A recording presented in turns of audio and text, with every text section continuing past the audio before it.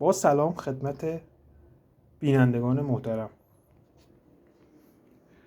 امروز ما یک نرم افزاری رو نصب کردیم رو سیستم. یعنی این نرم افزار چند مدت پیش نصب شده ولی امروز اومدیم یک در واقع اینترفیس USB براش گذاشتیم. اینترفیس USB شامل یک IC FT232.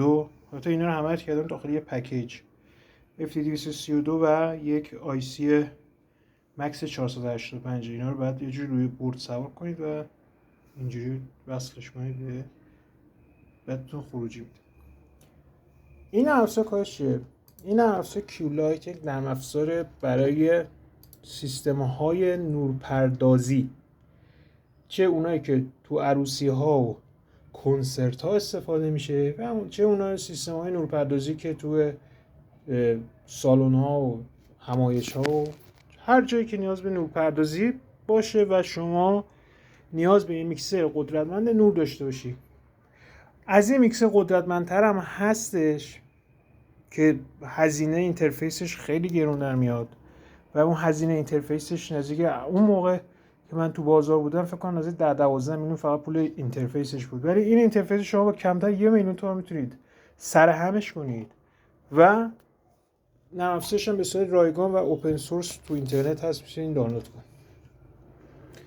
شما میتونید وقت نکنید اینجا FP232 رو شناخته. شما با کلیک کردن روی این، من هر زمان این کلیک نشانگرم نشون میدم،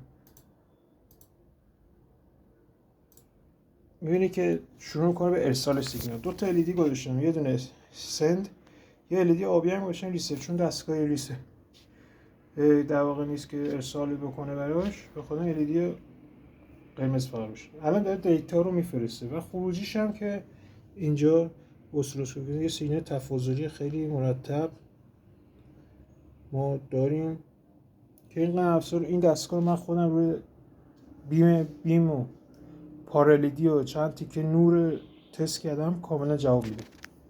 شاید با نرم افزار داسلایت، خیلی‌ها با داسلایت آشنان، شاید نسبت به داسلایت امکانات محیط نرم افزاریش ضعیف‌تر باشه، ولی شما حساب بکن اون یه پولی خیلی هنگفتی باید براش بدی، نزدیک 20 تومن 30 تومن باید پول بدی و اگر به اینترنت نصب بشه از بین میره. چیپش هر 6 ماه بعد چیپا میسوزه. ولی این به صورت رایگانه، شما با کمتر 1 تومن میتونی این اینترفیس رو بسازی. این هم که نرم افزارش هم به صورت رایگان تو اینترنت در واقع هست. اولین چیزی که به شما میده یه میکسر 512 کاناله. نگاه کن این 512، اینم کانال 1.